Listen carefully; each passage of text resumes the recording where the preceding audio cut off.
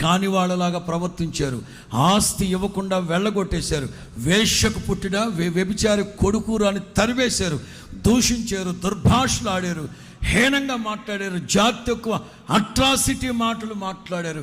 Atrocity మాటలు మాట్లాడి జాతి తక్కువ దానికి కన్నారా. నేను ఒకానొక సందర్భం వచ్చినప్పుడు వాళ్ళందరూ వస్తారు, నీవు మాతో ఉన్నట్లయితే చాలు. ఏ వ్యక్తులైతే తరిమేశారో, ఏ వ్యక్తులైతే దుర్భాషలాడారో, అవమానించిన వాళ్ళే అభిమానిస్తూ వాళ్ళ మీద అధిపతిగాను ప్రధానిగాను నియమించుకున్నారట. వెళ్ళకు వనిపే తన సంగతి అంతా దేవునితో చెప్పుకున్నాడట. రెండో మాట, ఎవరికి ఉత్తరం ఇస్తారు ఆయన? యెషయా గ్రంథం 41:17 వాక్యం. యెషయా గ్రంథం 41:17. దీన దరిద్రులు నీళ్లు వెతుకుతున్నారు, యెహోవా అను నేను వారికి, ఇశ్రాయేలు దేవుడనైన నేను వారిని. రెండు, ఎవరికి ఉత్తరం ఇస్తారా ఆయన అంటే, నీళ్లు వెతుకుతున్న వాళ్ళకి, నీళ్లు వెతుకుతూ ఉన్న వాళ్ళకి, నీళ్లు వెతుకుతూ ఉన్న వాళ్ళకి. చెప్పండి, నీళ్లు అంటే దేవుని, నీళ్లు అంటే దేవుని. రెండు, నీళ్లు అంటే పరిశుద్ధాత్మ శక్తి, నీళ్లు అంటే పరిశుద్ధాత్మ అభిషేకం.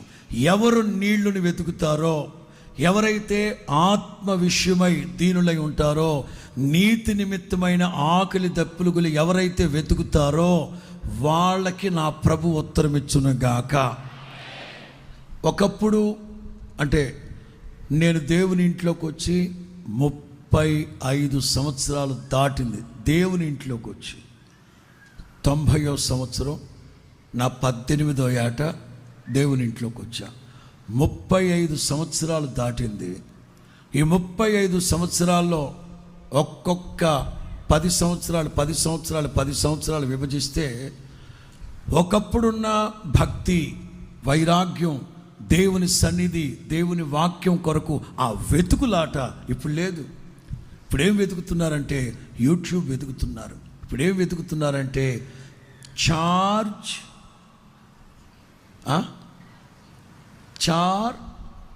జీపీటీయా, అది. ఏం వెతుకుతున్నారు? ఇవి వెతుకుతున్నారు. దేవుని వాక్యాన్ని వెతికేవాళ్ళు కరువైపోయారు. పరిశుద్ధాత్మ అనుభవాలు వెతికేవాళ్ళు ఎక్కువైపోయారు. పరిశుద్ధాత్మ నింపుదల కొరకు వేడుకొని ప్రార్థన చేసే ఆత్మను పొందుకునేంతవరకు నెతికేవాళ్ళు తక్కువైపోయారు. ఒక ఇంట్లో దయ్యం ఉంది.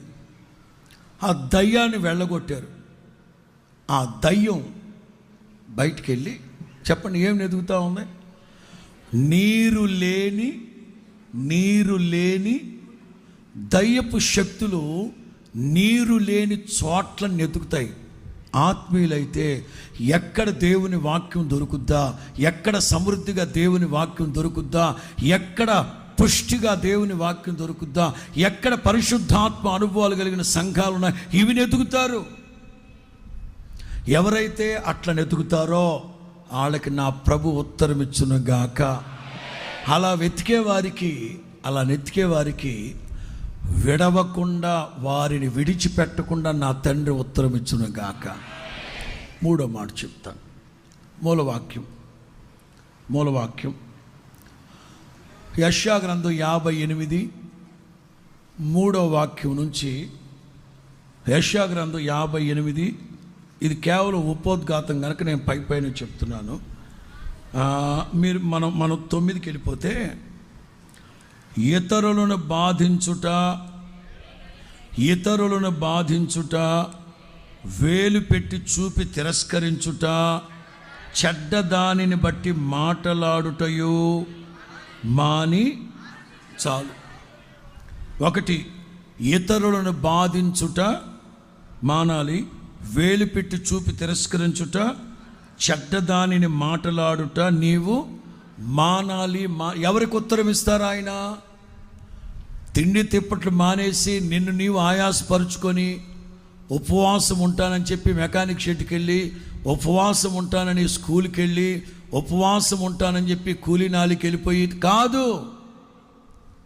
ఉపవాసం ఉండి మీరు కలహము, వివాదము, అన్యాయముగా గుద్దులాడుకోవడం ఇవి చెయ్యొద్దు.